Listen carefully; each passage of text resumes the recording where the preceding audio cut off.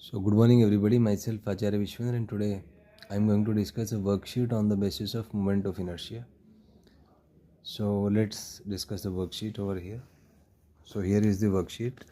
Suppose this is a rigid body which is moving about in given axis of rotation. It has mass m and angular velocity is omega.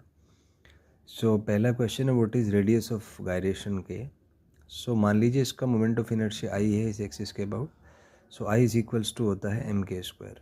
ये definition है radius of gyration का. अगला है dimensional formula of के. सो के क्योंकि distance है तो ये m0 L1 T0 आ जाएगा. Next is SI unit of K. हमें पता है कि डिस्टेंस है तो SI यूनिट मीटर होगा. Next is CGS unit of K centimetre. Next is ratio of SI and CGS unit of K, तो ये 100 आ जाएगा. तो नेक्स्ट आपको मान लीजिए 2 पॉइंट मासेस M1 M2 दी हैं, बीच का डिस्टेंस D है. ये इसका सेंटर ऑफ मास एक्सिस है. यहाँ से डिस्टेंस D1, यहाँ से डिस्टेंस D2 है. तो पहला क्वेश्चन है कि आप I1 फाइंड कर लीजिए. तो I1 होगा M1 इंटू D1 स्क्वायर और D1 होता है M2D by M1 plus M2, तो ये आपका I1 आ जाएगा. नेक्स्ट इज I2 होगा भाई M2D2 स्क्वायर. D2 होगा M1D by M1 plus M2, तो यहाँ से आपका I2 आ जाएगा.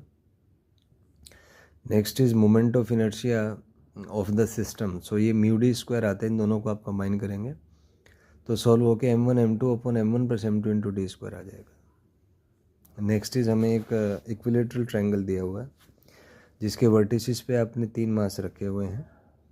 तो पहला क्वेश्चन है I system about x axis. तो आप देखेंगे एक्स एक्सिस के अबाउट इन दोनों का तो 0 हो जाएगा क्योंकि डिस्टेंस 0 है. थर्ड वाले का जो डिस्टेंस है वो L√3/2 आएगा. So moment of inertia will be M L√3/2 whole square, जिसको सॉल्व करके 3/4 ml स्क्वायर आ जाएगा.